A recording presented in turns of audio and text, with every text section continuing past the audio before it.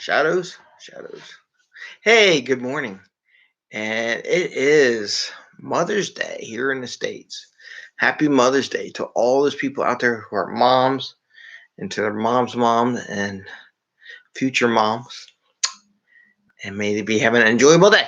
And this is the 5am Mester Scrum Show. I am Greg Mester, Scrum Master and Agile Coach. And we're here to talk about Agile and Scrum and tactical and practical way so that you can get home to your family and friends.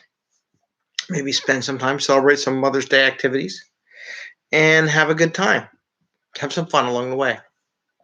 Sorry we're late today. It's not 5 a.m. It's 8:47 a.m. And this is episode 293. So I had to take a priority. Priorities always do things where they make breakfast for my wife, and kids helped the best they could. Now they're having a Nerf gun battle, being very creative, hopefully leaving mom alone. But I kind of want to make this short. Still got to go to church today and celebrate some time with the family and do some things with them. So let's get cooking here. So two things I want to talk about today. One, I want to talk about those little experiments everyone else to do, the chances to try different things and how one might do that. And then the second one, I got a question. What's the I in Agile? Is there an I in Agile? So let's talk about that too. So the first thing, okay. So the idea is that, one thing about Scrum, which is different from the other techniques, Scrum is more, in my opinion, a chance for the team to grow and experiment as a team, to try some things new, give yourself an opportunity to grow and get that 2x transformation into what you do. Not so sure the other ones do it too, but I do believe that if you work together as a team, you can do that. So what I want to talk about is something I encourage people to do. There's always that, you do your retrospective and somebody wants to improve something or try something new. They want to try a new database, they want to try a new system, a new call routine, new something, new automated test, whatever it would be. New thing. You can do anything you want, something new, experiment. What I'd like to offer, instead of making it separate, making it its own spike sometimes you need spikes, but it's part of a business trajectory is where the spikes go. But when you do these new experiments, what I'd like to offer, let's say you do a story or a piece of work, or typically it's a 2-point story. What I like to propose is make that 2-point story into a 3-point story and embed that experiment that your team wants to do as part of that effort. Why do I say this? I believe when you have a goal, just like a sprint goal, you have something you want to shoot for, you have an idea. When you experiment and you have no idea what the direction, what the desired outcome is, you're not going to be as successful nor driven to get the experiment to success. But by giving your team an extra point in that story, it gives them room to experiment, to see what's possible. And also at the end, hey, I want to get this, and have business value at the end of the experiment. If you go off and do it on its own, there may not be business value. But if you include the experiment in the business item, the story that you're working on, then that gives that experiment output value. You get quicker value on that experiment. And if you're successful, then you retrospect on it, and then you multiply it across the team. And now that experiment that it was successful now can be used by every member of the team, therefore increasing their output, getting that 2x growth. So, as I said, what I'd like to just encourage teams to do is to encourage your team that when they want to do experiment, do it as part of the story. Next time you do a retrospective, say, is this something we want to try on one of the stories in the next sprint? Or maybe here's some things we wanted to do. As you're doing your sprint planning, you say, hey, this story that we talked about will be a really good story to experiment on this item. We came up with a retrospective.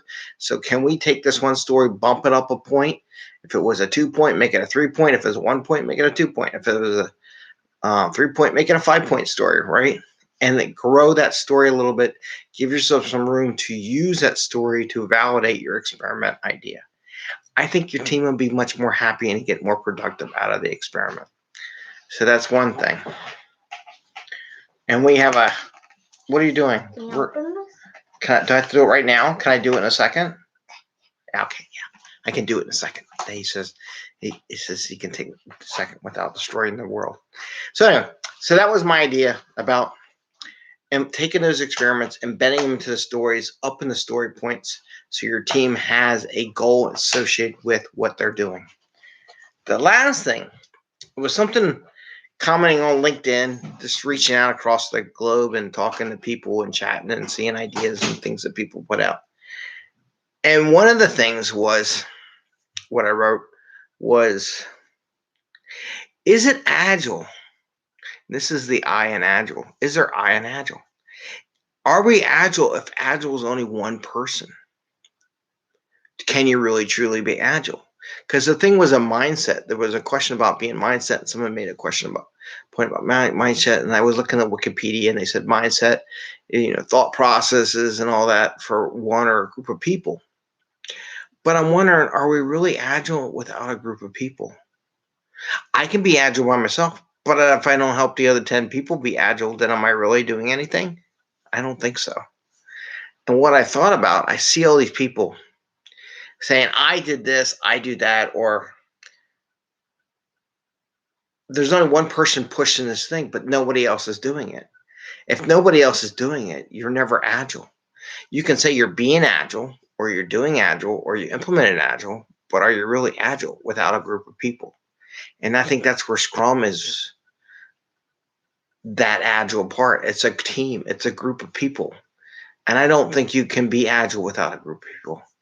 I see a lot of people doing things on the individual. There was one group or people, and they implemented some CI/CD stuff where I worked. They got it in, and they got it installed, and they're toting like, hey, we have this work good. But none of the teams are doing it. So are they really successful? I would say no. I would say the Agile is not successful without the teams and the people doing it. You can have implemented, put it in, get all the standards, all the JIRA stuff set up you want, but unless people are doing it, they're not Agile. And our jobs as coaches and Scrum Master is help get all those people to become Agile, to be a part of that mindset, If it's only the Scrum Master has the Agile mindset, it doesn't matter. It's about getting all the team to have that Agile buy-in, trust that Agile mindset will produce results, and get them convinced and show them how it does. So think about that. Next time you're in there, hey, I know this, I know that, I know that. Is that really Agile? When you get to start saying, we are doing this and we can do this, that's more of an Agile. So with that, I'm going to end this short. We're at 8 minutes. I'm going to give you, as one of my coworkers, I'm going to give you back your 8 minutes of your time. But you know what? Give us a thumbs up if you like it. If you want to, we got sun glare. Ooh, that looks pretty shiny. And ring the little bell so you get notices when we go live and put some more pieces out. It's a beautiful day out, so maybe we'll do our TikTok Coke experiment. Oh, hi, Ed. Hi. How you doing? What's with the helmet? The Nerf battle. Nerf battle. He's got a helmet.